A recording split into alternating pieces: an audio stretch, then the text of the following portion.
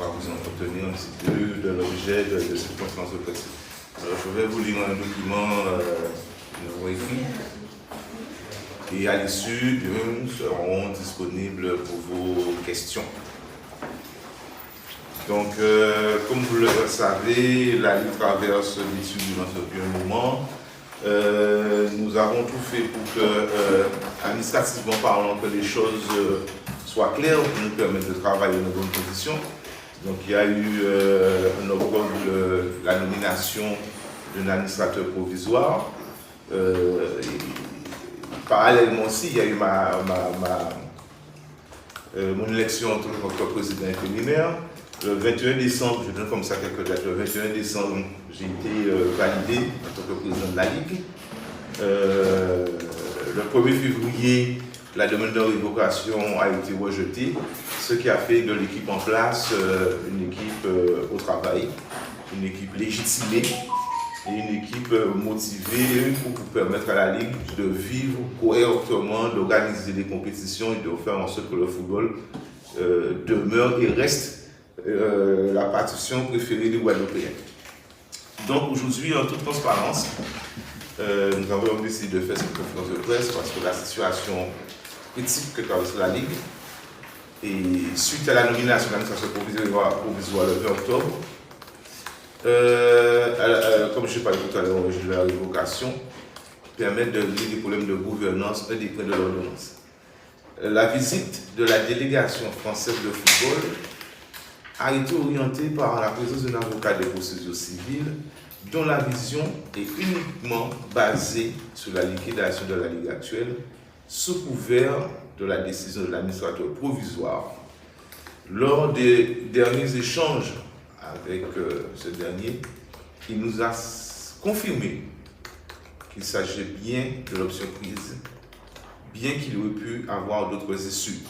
Ce qu'il faut comprendre à ce stade, c'est que nous avons beaucoup travaillé, nous avons beaucoup fait des recherches pour essayer de comprendre quelle était la nature des problèmes financiers, notamment de la Ligue. Donc, lors de la nomination de l'administrateur, il nous a confié la partie, on va dire, opérationnelle, la partie organisation du football, et lui, il a gardé la partie financière. Donc, de ce fait, toute la gestion financière, tout le travail qu'il a à faire, il a fait son boulot, et il a remis à la Fédération française de football, juste avant que nous puissions rencontrer cette délégation, un rapport. Et à la fin de ce rapport, il dit que si les collectivités locales ne s'impliquent pas, on ira droit vers la liquidation judiciaire. Et qui dit liquidation, on sait tous ce que ça veut dire. Ça veut dire que le football guadeloupéen disparaît. Et quand je dis le football, je parle des championnats, je parle des meubles, je parle de tout. En réalité, effectivement, nous sommes en cessation de paiement. Et il va, à partir de tous ces constats, le 16 mars, donc ça a été confirmé, il va déposer ce qu'on appelle la déclaration de cessation de paiement, le DCP, ce qui va provoquer techniquement, comme je le dis, la liquidation de la Ligue. Donc je rappelle en notre transparence que la Ligue est actuellement en pleine de continuation. Nous, on pense que cette situation est extrêmement préoccupante et risque de mettre en péril les compétitions, des salariés, des mobiliers, mais au-delà de tout ça, l'avenir même du football guadeloupéen. Pour l'instant, on est là en train de résoudre le football guadeloupéen, mais il y a tout autour, il y a l'AGF, il y a les coupes, il y a un certain nombre de compétitions qui vont également disparaître. En tout cas, les footballeurs guadeloupéens vont disparaître de ces compétitions-là. Donc c'est pour cette raison qu'on a décidé, vu cette perspective extrêmement préoccupante, de vous réunir de manière à faire passer le message, de manière à ce que toute la Guadeloupe sache ce qui se passe et que les décideurs, en tout cas, puissent prendre des décisions en plan politique. Donc on fait notre campagne aussi pour pouvoir tenter de sauver cette ligue qui a déjà tant fait rêver, notamment quand on parle de Guadaboy, qui a beaucoup progressé. mais qui malheureusement, certainement, a une équation entre les moyens et les possibilités de faire.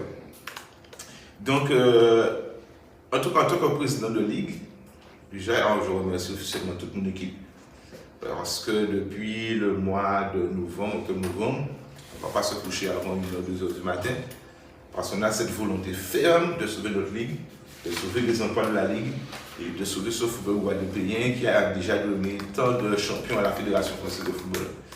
Donc, en tout cas, je tiens à vous assurer que nous mettons tout en œuvre pour trouver une solution pour éviter cette issue. Un plan de travail a été proposé à la FED en 3 points.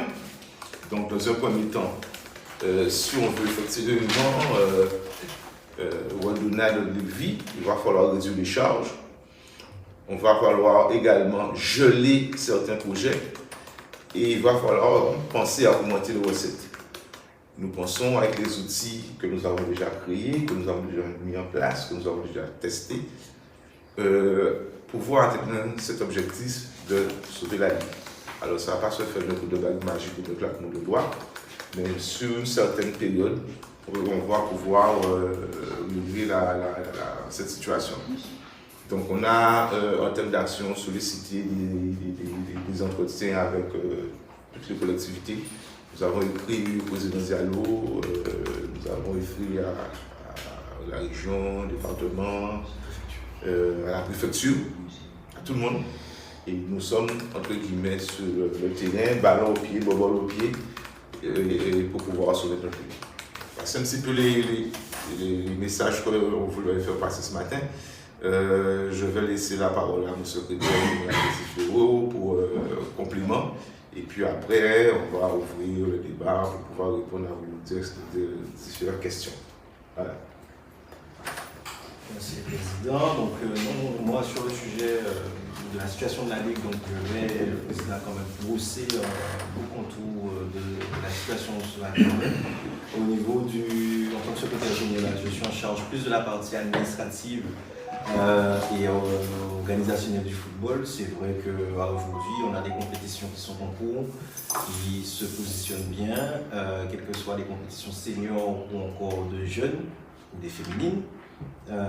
Donc on a aussi le football diversifié, on a toutes ces compétitions qui sont en œuvre aujourd'hui. Il est vrai que l'ensemble des commissaires, l'ensemble des salariés, l'ensemble des acteurs qui sont aujourd'hui sur le terrain, malgré les turpitudes qu'on a connues au niveau de l'arbitrage, ils n'ont pas conscience que demain tout peut s'arrêter.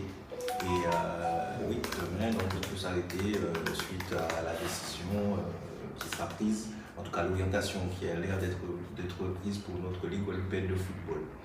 Je pense qu'il y aura un impact important, que ce soit sur le sport en lui-même, notre football, mais aussi sur la société en général. Et de ce fait, c'est pour ça qu'aujourd'hui, on tire la sonnette d'alarme et qu'on appelle à ce que l'ensemble du monde du football soit au courant de ce qui pourrait arriver.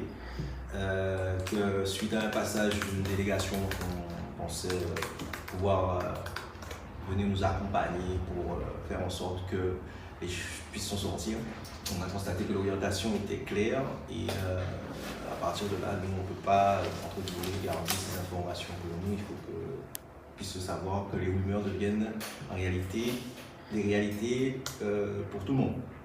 Donc j'attends vos questions sur, on va pas parler des compétitions et tout ce qui s'ensuit. On vient voir la situation de la Ligue.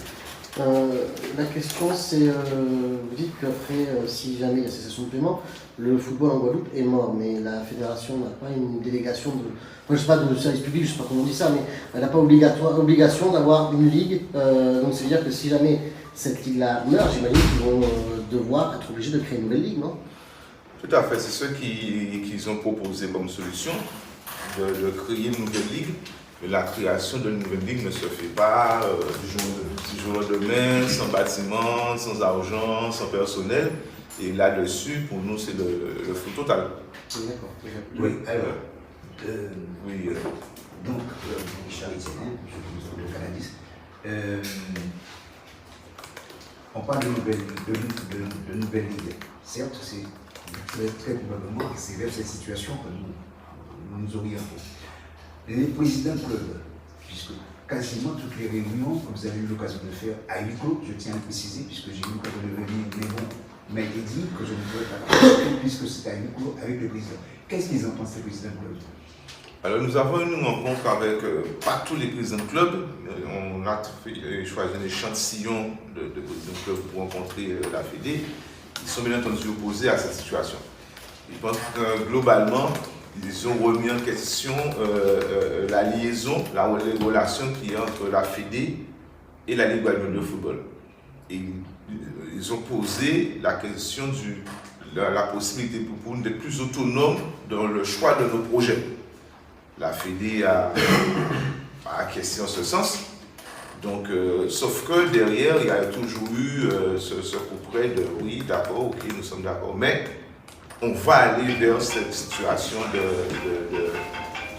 DCP, de liquidation judiciaire. Alors, je peux poser une question. La question qui paraît la plus importante, de combien aujourd'hui la Ligue en est-elle? Alors là-dessus, je pense qu'il faudrait poser la question à l'administrateur judiciaire, comme je le disais tout à l'heure. C'est lui qui est en charge des finances. C'est lui qui, s'il a pris la décision le 16 de déposer le DCP, c'est qu'il a des chiffres, il a des montants qui lui permettent de prendre cette décision-là. Nous, on est resté très concentrés sur la partie football. On a eu beaucoup de difficultés à avoir accès aux chiffres pour bien comprendre ce qui se passe, pour savoir comment nous allons réagir.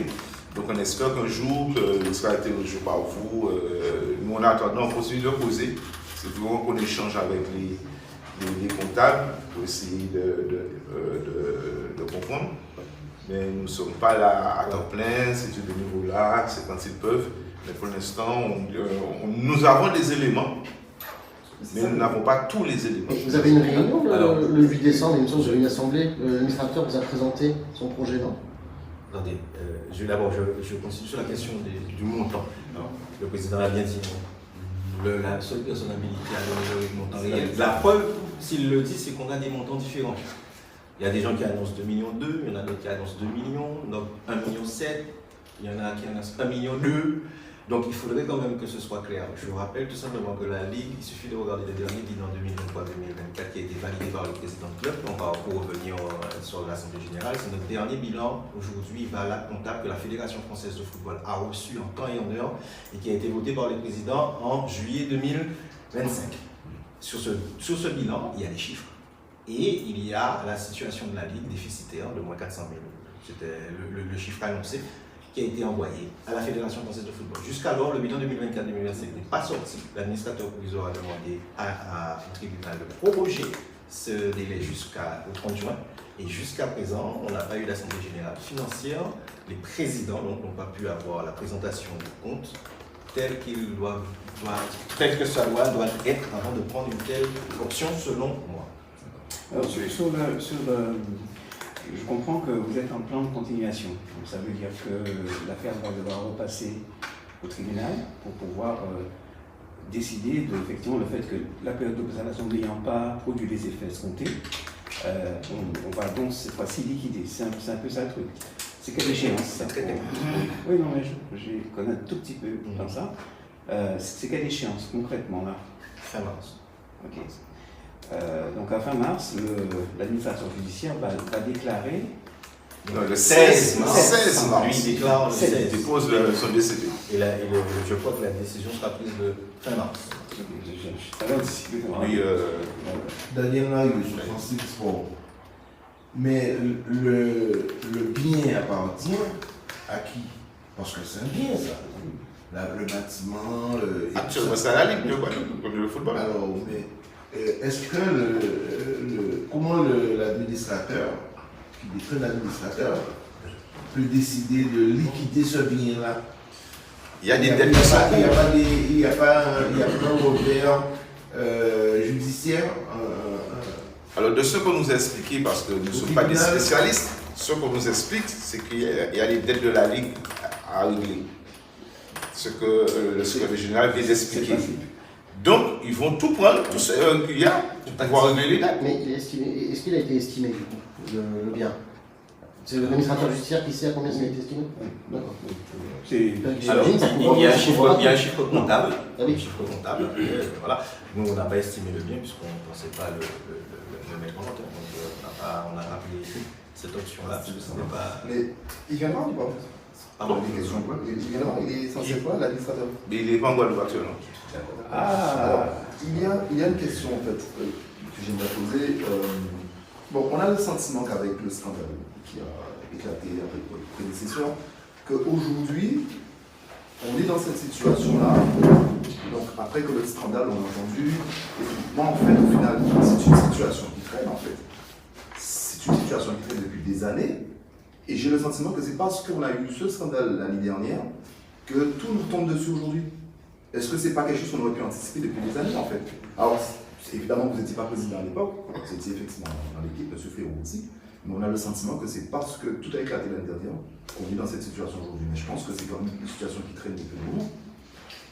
Alors oui, c'est vrai qu'en 2016, lorsqu'on a pris la Ligue avec l'équipe de mon prédécesseur, il y avait des jeunes dates de 1 million d'euros qui existaient. On a fait le choix, nous avons fait le choix de ne pas passer par la liquidation et de passer par la continuité. Donc chaque année, la Ligue bourse 100 000 euros. C'est un choix volontaire. C'est un choix volontaire. C'est pas imposé, c'est un choix Volontaire, politique. Conseil voilà. de Ligue en arrivant au pouvoir. Alors, il a vu les dettes et qui a décidé de.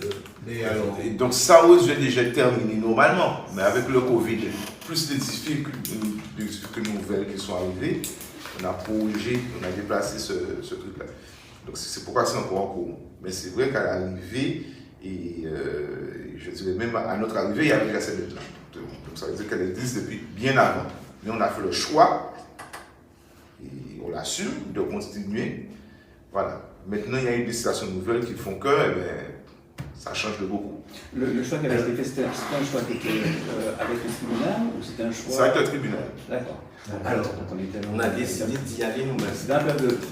Dans la période d'observation, c'est un petit peu ça l'idée, c'est de mettre en place tout ce qui est possible pour faire en sorte et de revoir si effectivement avec ces 100 000 remboursés sur 10 ans de temps, est-ce qu'effectivement ça peut le faire.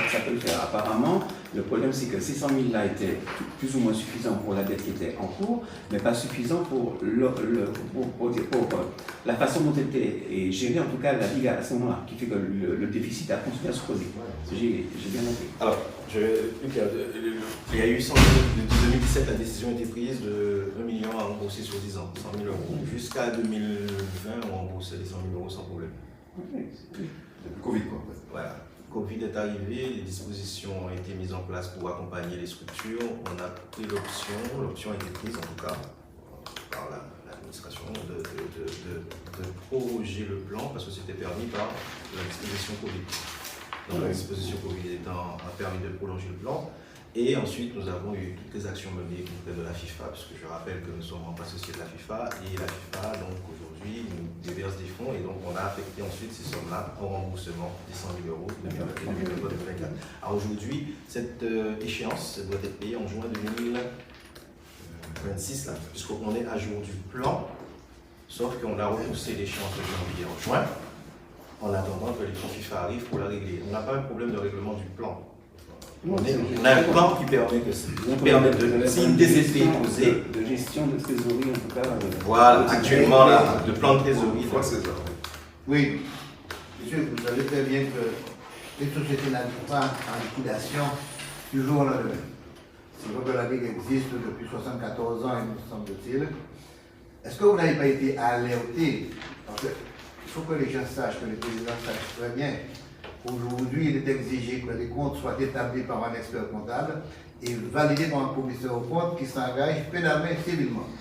C'est-à-dire qu'une fois les comptes sont validés, ce n'est ni le président qui est responsable, c'est le commissaire aux comptes.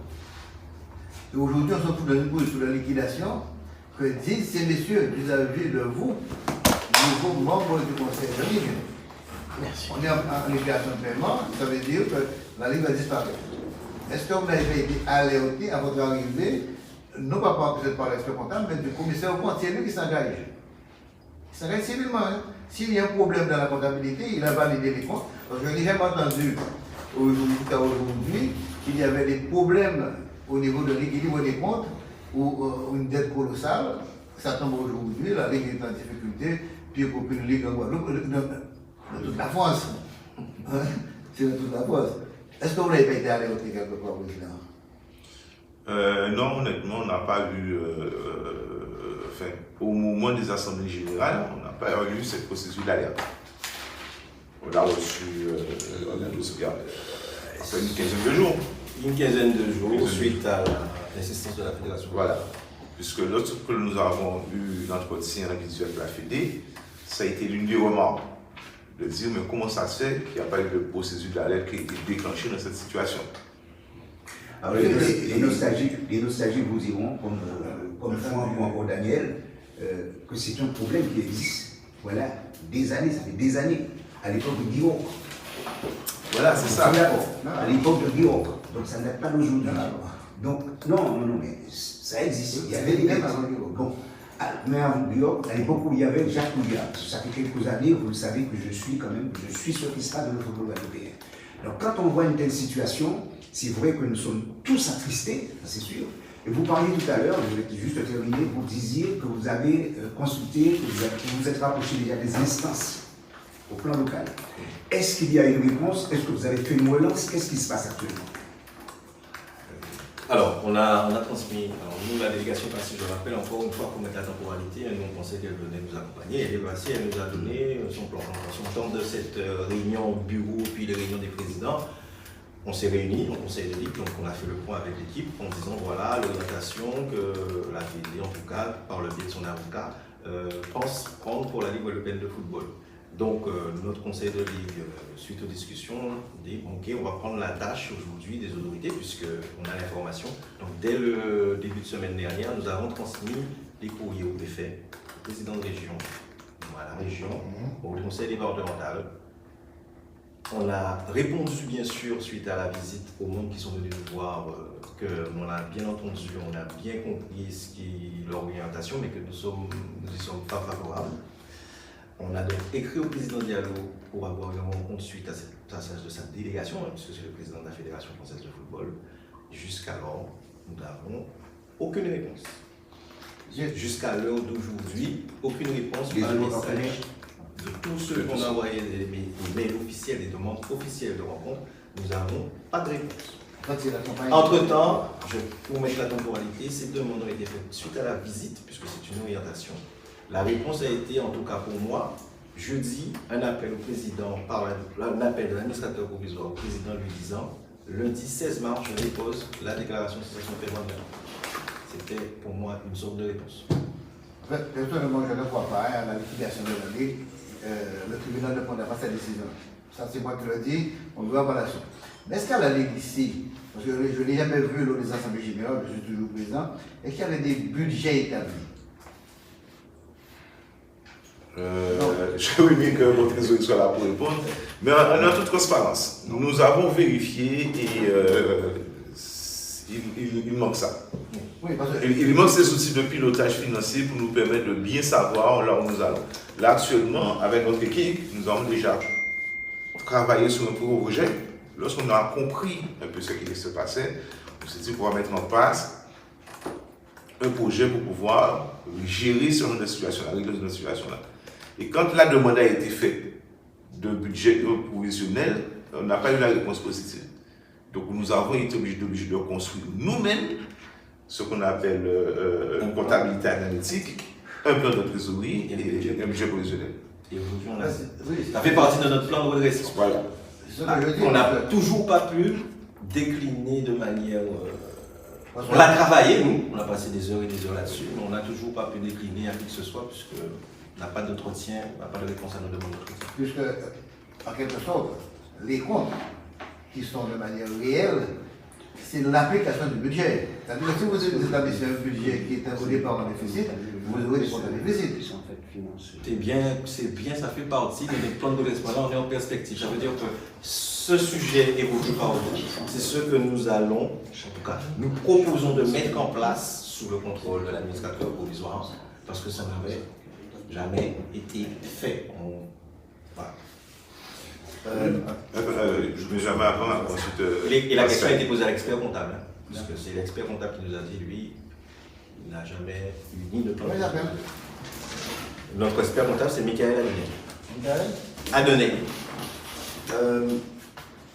Comment dirais-je, la possibilité que vous donniez effectivement à certains clubs, la facilité de pouvoir étaler le règlement, on le sait et tout, aujourd'hui vous impose évidemment de changer votre fusil d'épaule. Est-ce que vous allez imposer aujourd'hui aux clubs de respecter leurs échéances sous peine d'être désengagés la saison d'après? Parce que là aujourd'hui il y a des ultimatums. Est-ce que la Ligue aujourd'hui sera plus tranchée sur ce point-là? Alors, pour reprendre l'expression de notre trésorier, on ne va pas créer de la dette. C'est ce message-là qui était passé au club. On ne va pas créer de la dette. De nouvelles dettes. Donc, ça veut dire qu'il le couperait, c'est qu'un club qui n'est pas à jour ne prendra pas des parts au championnat. C'est clair. Il faut comprendre, on n'a pas le choix. Nous, on arrive, on ne peut pas continuer cette politique où on a un club qui va s'engager le 1er juillet. Quand on a fait tous les calendriers et tout, ils nous appellent pour nous dire finalement, je ne peux plus. C'est chronophage, c'est fatigant. Et il faut aussi qu'à un moment donné, que nos clubs prennent des décisions qui soient sérieuses, qui soient viables. Si elles ne peuvent pas s'engager dans le championnat, qu'elles attendent 1 an, 2 ans, qu'elles se préparent pour le championnat. Nous, on a besoin que notre football progresse. Actuellement, la grosse difficulté que nous avons, notamment au niveau de la sélection, c'est qu'on fait venir beaucoup de joueurs de l'extérieur et que ça coûte extrêmement cher. On ne va pas se voir la face. Donc, si on veut diminuer le nombre, parce qu'on ne va pas se partir de joueurs professionnels, mais il faut que notre football, de l'autre côté, monte de niveau. Et pour que le football monte de niveau, il faut qu'on prenne des mesures qui soient beaucoup plus drastiques. Voilà. Je reviens sur en tout cas pour la procédure. Et le 16 mars, en réalité, il dépose il fait une déclaration de cessation de paiement. C'est pas pour autant que la Ligue est liquidée. On est d'accord. Hein? On est d'accord. Donc, effectivement, la marge de manœuvre effectivement elle est relativement faible parce que ça va aller très vite et en fonction de la date qu'on va vous donner pour justement que le tribunal de commerce puisse décider de savoir est-ce qu'il y a potentiellement effectivement un plan de continuation encore à mettre ou alors éventuellement une liquidation. C'est pas... Donc ce que je veux dire, c'est qu'à travers tout ce que vous nous dites là, vous avez quand même prévu pas mal de choses. Donc est-ce que votre dossier, en fait, est-ce qu'il est béton pour aller justement devant le tribunal le 16 mars pour dire qu'une autre voie est possible? Est-ce que c'est vraiment bien ficelé avec tout ce qu'il faut? Parce que sinon, effectivement, ils vont pas réfléchir. Hein. Alors, notre dossier il est prêt, on l'a déjà présenté. Pas nous à niveau des instances, on a échangé. Il nous a paru au moment où nous discutions que c'était un dossier qui était viable, qui tenait la route. Mais au fil aussi de nos échanges, des informations que nous avons reçues, on a l'impression aussi qu'on n'a pas envie de ce sursis-là. Puisqu'on apprend que la FEDE, la délégation nous en visite, mais on a en amont qu'elle a déjà rencontré le procureur. On s'est dit, quel est l'objectif? Pourquoi ne pas nous rencontrer et discuter, voir avec nous ce qui est possible, nous dire, bon écoutez, donc votre truc là, ça ne marche pas, ça ne va pas marcher. Donc quand on voit le procureur avant et qu'on nous voit après, les dés sont déjà pipés. Et nous, on ne peut plus se permettre de rester là d'attendre. On fait notre politique, on fait notre campagne. On aide notre football, on aide notre ligue, on a envie que les choses progressent. Mais on ne peut plus rester là à attendre. Déjà, Oui, vous voyez sur la rigueur de demander au club de payer, vous savez que les présidents n'ont pas d'argent. Est-ce que nous ne sommes pas en train, en appliquant ces mesures, d'augmenter le taux de délinquance? mais c'est tout Je ça. rajoute aussi, Oui. mais à combien se porte, si vous avez le chiffre de la dette des clubs? Environ 600 000 Oui. euros. Ah, alors ça c'est pareil. C'est ça. C'est pareil. C'est exactement quel est le montant de la dette. ça fait partie du montant de la dette. Quelle est la dette des clubs? 500. Voilà, ça a été dit.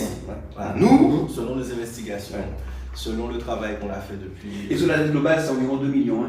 Vous ne voulez pas le dire, mais parce qu'on est obligé de partir de quelque chose. En fait, grosso modo, on est tout confondu, on est pas loin de 2 millions d'euros. Est-ce qu'on peut s'entendre sur ça? Parce qu'il faut donner... Il n'est pas là, l'administrateur judiciaire, il faut poser la question. Concrètement, on parle, mais ok, de combien concrètement, en termes d'euros, la Ligue est-elle déficitaire? C'est une question quand même qui, quand on fait un papier, c'est quand même le...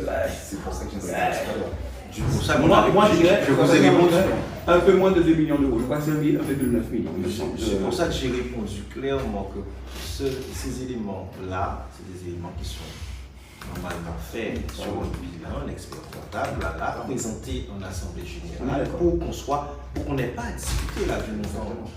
Ça n'a pas été fait encore. Et il y a une décision. Il y a une orientation. Et ça, c'est pas fait. Faisons-le. Moi, c'est ma position sur le mais ça, l'administrateur judiciaire, lui, il l'a fait, obligé. Lui, c'est ce que je dis. Sauf qu'on est dans une association loi 1901, ça doit être présenté à l'Assemblée générale. Oui, on est d'accord, même ça. Donc, pour que tout le monde soit informé au courant, validé par l'expert comptable et le commissaire au compte. On parle jusque-là. Et donc, le montant, à l'intérieur de ces montants-là, le montant de la dette des clubs, affiché, c'est 500. Fiabilisé, c'est pas 500. Et c'est 2 fois moins. C'est pas anodin. Juste une précision, pour qu'on soit clair. Les dettes des clubs ne sont pas les dettes de la Ligue, ce sont les créances de la Ligue. Il ne faut pas inclure les dettes des clubs. Ce sont des créances. Oui, c'est des choses différentes. Oui, non, mais on parlait. Voilà. J'essaie de faire vite. De toute façon, le montant est là. C'est une question qu'on confond les dettes de la Ligue et les dettes des clubs. La Ligue a une créance sur les vis-à-vis des clubs. Mais ça, c'est pas la même chose. On parle de transparence.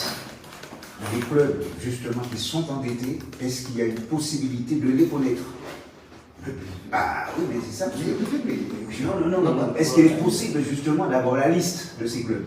La Dynamo est le fait. Ok. On a une dette envers la Ligue. Alors, ça c'est une chose, et je vais juste terminer, parce que j'ai une deuxième question qui est importante. Au cas où la situation deviendrait, tout en mettant cette phase au conditionnel, extrêmement compliquée et que l'on repartirait avec une nouvelle ligue la saison de l'année prochaine, est-ce qu'on restera toujours en étroite collaboration avec la CONCACAF? C'est une de nos préoccupations majeures.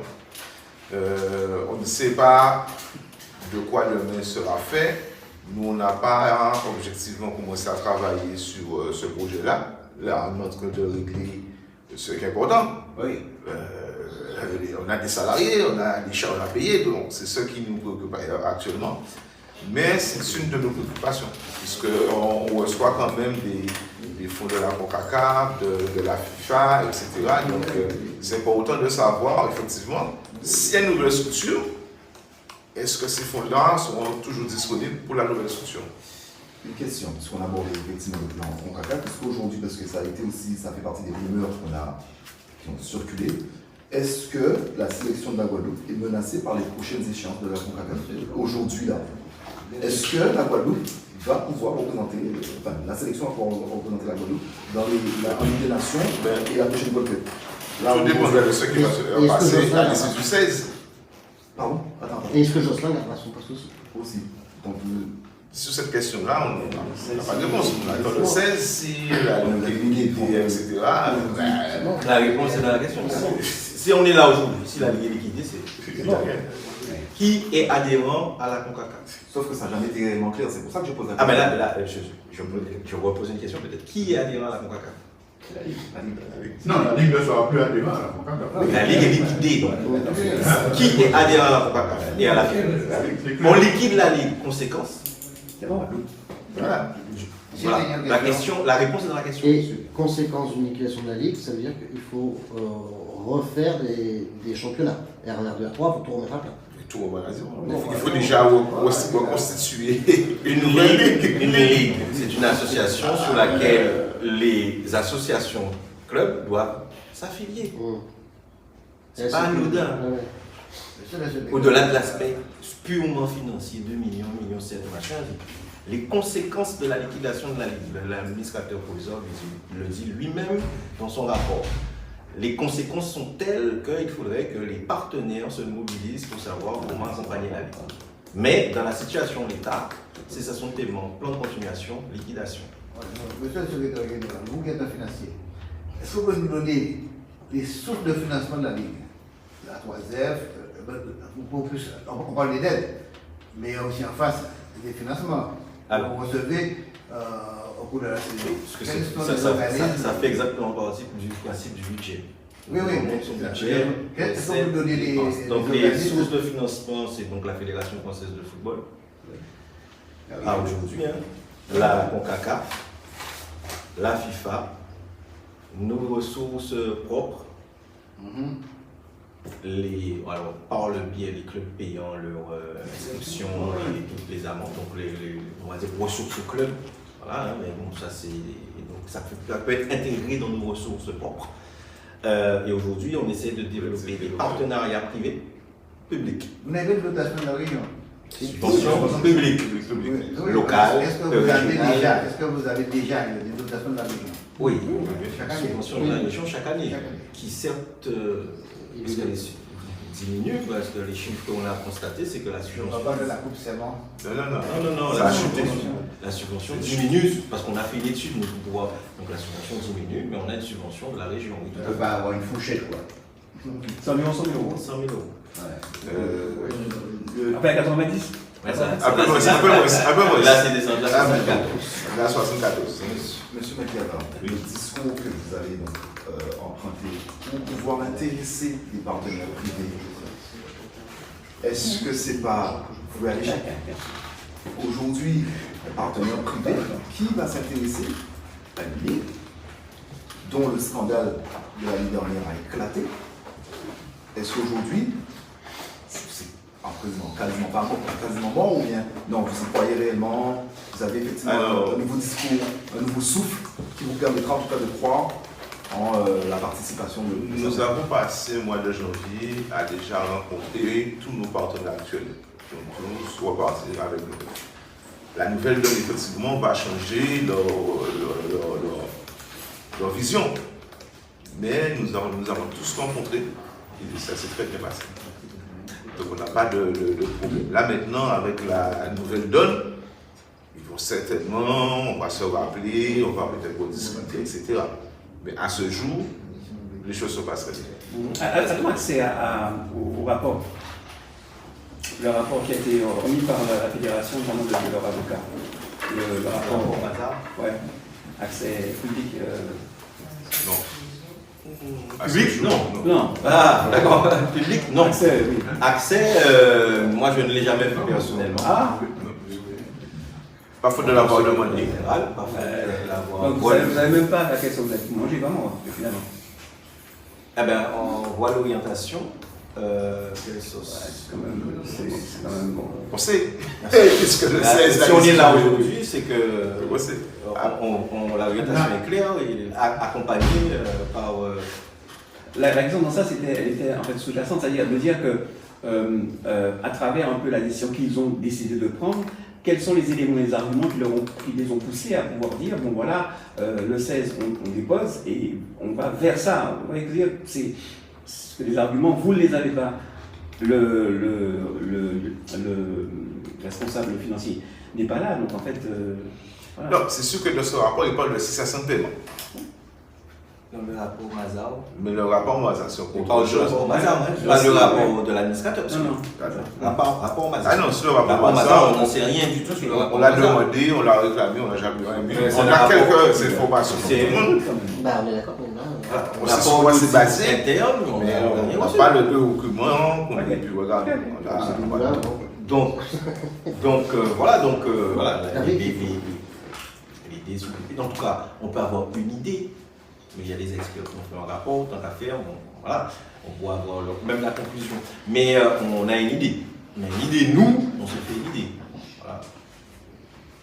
Il y a une volonté. L'objectif. J'entends dans votre idée qu'il y a une volonté presque politique dans l'absolu politique, je parle de la Ligue 1, de la Fédé, de dire, bon voilà, maintenant ça suffit, on va mettre tout ça à plat et repartir sur des bases saines en fait. C'est un peu ça, la philosophie de ceux qui nous ont présentés. Okay. C'est les différentes réunions que nous avons eues, dans ce que nous avons proposé comme plan d'ordonnement, comme plan d'action, les choses ont été claires. Si on n'est pas dans du rêve, dans quelque chose d'empirique, on dit c'est du concret. Donc au poste en face, on avait des spécialistes, on avait un avocat, on avait le responsable du contrôle interne, qui lui m'a avoué en offre que effectivement le support proposé pour pouvoir avancer vers une résolution du problème était bien. Alors, toujours en termes de... Donc derrière, c'est l'avocat qui systématiquement dit non, on va vers la solution. C'est pas viable, le truc n'est pas viable, donc on va le... Voilà, c'est technique. Voilà. Mais après, que cache la technique? Que cache la technique? Parce que c'est quand même prendre un gros risque de mettre en péril la jeunesse. C'est d'abord un risque social. C'est que la partie sociale est importante. C'est pas une petite boutique, hein? Voilà. C'est 10 000 on a 10-12 000 licenciés, mais il faut qu'ils génèrent quoi? Voilà. Il faut raisonner Qui est en relation avec qui, quoi, qui fait quoi? Possible. Il faut raisonner comme les politiques. Ils ont 1000 personnes dans une maison, mais si la famille c'est 10, pourtant cette maison 10. Oui. Donc, Sinon, on liquide beaucoup de choses avant nous. Hein. Ouais. Je sais que Mais oui. D'accord, je fais juste. On liquide beaucoup de choses avant la Ligue. Hein. D'accord. Je sais que les 3 ligues, les départements d'outre-mer, enfin, ça ne se joue plus. Je vais parler de la Guyane, la Martinique et la Guadeloupe, ont eu des problèmes. Je sais que pour l'instant, le problème de la Martinique est en train de régler. La Guyane, c'est pareil. Est-ce que vous êtes concerté? Est-ce qu'il y a eu des échanges? Peut-être qu'ils ont un moyen justement pour redresser la situation. Alors, tes sources ne sont pas tout à fait fiables, Richard. Ah. Concernant la Guyane, le problème il est réglé. Ils ont pris une décision. C'est clair? Ça a été dur pour eux. Ils ont eu des situations très particulières, mais ils ont fait un choix. C'est quoi le choix? Et le choix, la Guyane dit très clairement que son choix, c'est son championnat. D'accord. Donc les sélections, ça passe en 4e ou 5e position. Donc, par rapport à ça, il a réglé son problème de terre. Voilà. Après, avec la CONCACAF et la FIFA, il y a d'autres choses qui sont en cours. Mais lui, il est plus serein que nous. La Martinique est en difficulté. Ils vont bientôt visiter par une délégation aussi de la 3e. On ne sait pas ce qui va en sortir. D'accord? Mais on est en communication, on échange. En tout cas, on essaie d'être solidaire de cette affaire-là parce que ce qui peut arriver à l'un peut arriver à l'autre. Parce qu'on ne sait pas ce qu'il y a derrière. Alors, toujours en termes de transparence, j'imagine, et je reste persuadé que nous, au niveau de la presse, vous allez nous tenir informés de la situation. Alors, vous me connaissez, je ne suis pas un féru de tout le temps sur les ondes, sur TikTok. On vient toujours informer quand on a quelque chose de concret à dire. Donc les gens vont parler. Parmi vous, il y en a plein qui m'ont sollicité. J'ai dit non, parce que nous, au niveau du conseil de ligue, on ne vient pas parler pour parler. Donc si on a quelque chose d'important que c'est à dire, on viendra le dire. Mais on va continuer à travailler, à faire en sorte que la ligue continue d'avancer. Voilà, parce que nous ne sommes pas les seuls impactés dans cette affaire-là. Et voilà, je profite pour remercier le président des lois de sa présence. C'est quelqu'un à qui, personnellement, j'échange beaucoup, qui me conseille énormément. Il est encore avec nous ce matin. Ça prouve en tout cas que lui, il est déjà positionné. Président, Oui. mais il est clair que quand on regarde l'ensemble de ce football doumien, les 3 ligues sont dans la même situation. C'est qu'il y a un truc, c'est que c'est le tissu financier, social, politique dans l'État prête à ça. C'est clair qu'il faut réfléchir autrement. On ne peut pas décider de la dissolution d'une structure comme ça. Les ligues ont une problématique commune. Elles sont fédérations, elles sont ligues en même temps. C'est très peu compatible. Quand vous prenez les petits États qui sont à côté de nous, ils reçoivent 20 millions et puis de la CONCACAF. Nous, on ne reçoit que 450 000 $. 2 fois moins. Hein? Plus la FIFA. Ça fait à peu près 1,5 million. Pour des îles qui, le football, c'est pas leur dada. Donc on a une vraie problématique de posture. Fédération CONCACAF. Et plus on a envie d'exister dans le monde de la CONCACAF, le monde caribéen, c'est plus il faut investir de l'argent. Donc à un moment donné, il faudra faire un choix. Se dire, bon voilà, qu'est-ce qu'on veut, comment on le peut, et après avancer. Quand je parle de la Guyane, il a fait un choix clair, tranché. La sélection de la Guyane soit une sélection locale. Alors, de par le passé. Il a fait un choix. Parce que pour les gens qui sont enfin, les férus de CONCACAF, etc., quand il faut se déplacer de la CONCACAF, c'est vrai que derrière, si les collectivités locales, si les entreprises ne soutiennent pas cette action-là, et à ce moment-là, il faudrait qu'elles soutiennent le vélo, le handball, et ce n'est pas possible. La surface économique de la Guadeloupe ne le permet pas. Il faudrait faire un choix. Mais cette bicéphalité, elle est préjudiciable. Président, de par le passé, il y a eu ce qu'on appelait les districts. District de la Monterre et district de la Bastille. Mais je me souviens, ça remonte à quelques années, mais je me souviens qu'il n'y avait pas autant de problèmes lorsqu'il existait ces districts. Oui, mais à l'époque, on n'avait pas de compétition CONCACAF. Il n'y avait pas de compétition internationale. La bicéphalité évoquée par le président, c'est une réalité. C'est une réalité et c'est d'ailleurs ce qui nous impose une compta analytique à nous. Et ce qui permettra, après cette compta analytique, de déterminer les besoins de chacun des sujets. Il y a le sujet ligue, ou 2 fois district transformé en ligue, et il y a le sujet fédération. Et tant qu'on ne fait pas ça, on ne peut pas déterminer les besoins. Et tant qu'on ne détermine pas les besoins, on ne peut pas déterminer non plus les accompagnements nécessaires pour satisfaire si nous souhaitons être présents, par exemple, dans le cadre fédération. Le cadre ligue, c'est le cadre fédéral. C'est un cadre normé, il y a les ligues, elles existent en métropole, sauf qu'elles n'ont pas de sélection. Et nous, on a la chance d'avoir une ligue qui détient un pôle d'excellence, le pôle espoir, ce qui est rare par rapport aux autres ligues. Et en plus, on a créé le centre d'élite des régions françaises d'Amérique de foot, le CERFA. Donc on a la chance d'avoir 2 pôles d'excellence dans notre ligue. Donc il est vrai que la Fédération française de football nous accompagne pour faire vivre ces 2 pôles et pour faire vivre le fonctionnement de la ligue. Et tant qu'on n'aura pas, si vous voulez, une compta qui permet de dire voilà ce que nous coûte la gestion de la Ligue guadeloupéenne de football avec ces 2 pôles et tout ce qui s'ensuit, et donc voilà le besoin.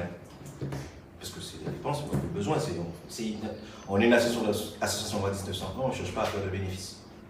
On organise sans but lucratif. Voilà ce que ça coûte. Et au niveau fédération, dire voilà, si on souhaite participer à telle compétition, telle, voilà ce que ça coûte, voilà le niveau en fonction, eh bien, on ne peut pas dire aujourd'hui que la Ligue a besoin de ça, et le déficit c'est structurel ou c'est conjoncturel, et voilà. Parce que j'entends beaucoup le déficit structurel, mais le déficit structurel par rapport à quoi? Voilà. Donc on a fait le tour, merci d'avoir été là, c'est des questions, on est disponible. Il y a une observation que je voudrais faire parce que moi, je suis président du club. Aujourd'hui, si la Ligue guadeloupéenne de football disparaît, je vous dis que c'est pratiquement l'ensemble des clubs qui vont disparaître. Et la Dynamo en premier. Aujourd'hui, il faut voir ce que nous produisons en termes de situation sociale en Guadeloupe.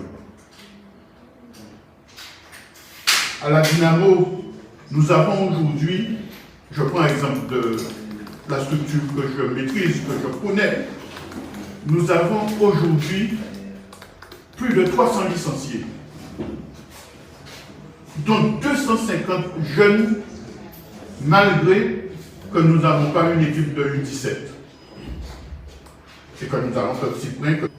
Mais le problème, c'est que lorsque la Ligue va disparaître, le temps pour mettre en place une nouvelle structure, qu'est-ce que je fais avec ces 300 jeunes là? Ensuite, la Dynamo s'est organisée malgré tout à mettre en place, et je crois que il y a, lorsque je suis arrivé au club, c'était l'AS Dynamo, Association Sportive Dynamo. Aujourd'hui, la Dynamo, c'est ASC Dynamo. Il y a eu une évolution en 2021, je crois, où nous sommes passés aussi, nous avons récupéré le culturel. En 2022, je suis obligé de faire cet historique. En 2022, nous avons décidé de récupérer une épicerie solidaire. Cette épicerie solidaire aujourd'hui génère 500 bénéficiaires de familles, soit 5000 personnes qui bénéficient de la situation. C'est une orientation qu'on a prise sur le plan social, sur le plan de l'aide alimentaire, sur le plan de régler un problème social au Moule en particulier, et au-delà, puisque nous couvrons pour le Moule. Nous avons aujourd'hui 2 épiceries solidaires. Une épicerie à Mornalo qui couvre l'ensemble de la Grande Terre, Mornalo, Petit Canal pour lui, Bertrand, et l'épicerie du Moule qui couvre les bénéficiaires de Saint-François, Sainte-Anne, Gosier. Si nous disparaissons, c'est toute cette structure qui va disparaître. Et ce sera à cause de quoi? À cause de la situation de la vie. Alors, je vois que je suis le seul président de club présent aujourd'hui. C'est dire que je suis le seul à avoir des problèmes. Non, c'est parce que tu as lu rapidement le mail envoyé et que tu es là. Mais alors, je voudrais dire une chose aussi, c'est que il y a une nécessité effectivement de faire comme la Guyane. Arrêtons de faire des dépenses fastes alors que nous avons nous-mêmes au niveau de la Ligue créé des contrats fédéraux pour permettre, et des contrats fédéraux financés par la région et le département, ce sont des contrats qui permettent uniquement, pour y répondre, il y a des spécificités de jeunes Guadeloupéens. Donc, ces jeunes Guadeloupéens, que les structures institutionnelles nous aident, eh bien, utilisons-les. Arrêtons d'aller chercher, je nomme celui-là parce que je le connais mieux, Dimitri Cavaré. Arrêtons d'aller chercher des joueurs qui sont en 2e division en métropole et qui demandent des subventions en dehors de tout le séjour qu'ils coûtent. C'est là la situation de la Ligue se dégrade. Ce n'est pas au niveau, contrairement à ce que les gens croient, des dettes des clubs. Pour régler les dettes des clubs, moi je vous dis aujourd'hui, la dette que j'ai, il suffit que je vous fasse une subrogation à la mairie et vous réglez votre problème. c'est conjoncturel. Je vous fais une subrogation à la mairie du Moule et je verse à 50% de ce que je dois à la Ligue. Donc, et tous les clubs peuvent faire ça avec leur mairie dans le cadre de leur subvention. Donc, ce n'est pas les clubs qui créent la difficulté. Je suis désolé. Il faut chercher qui crée et comment et pourquoi nous sommes arrivés à cette situation et mettre les gens devant leurs responsabilités. Moi, je suis devant la mienne aujourd'hui puisque je suis obligé de répondre à la difficulté. Donc, il faut que tout chacun prenne ses responsabilités dans cette affaire-là. Ce n'est pas M. Makiaba qui a créé la situation. il vient d'arriver. Il est en train de se battre comme il peut. Moi, j'ai compris la situation et c'est pour cette raison que je me bats avec lui pour éventuellement l'accompagner autant que je peux. Mais la situation, elle est catastrophique. J'ai entendu depuis Lugao. Quand moi j'ai pris le club de la Dynamo, il y avait 18 000 euros de déficit. La première chose que j'ai essayé de faire, c'est de régler cette situation que j'ai vécue. Donc voilà ce que j'avais à dire.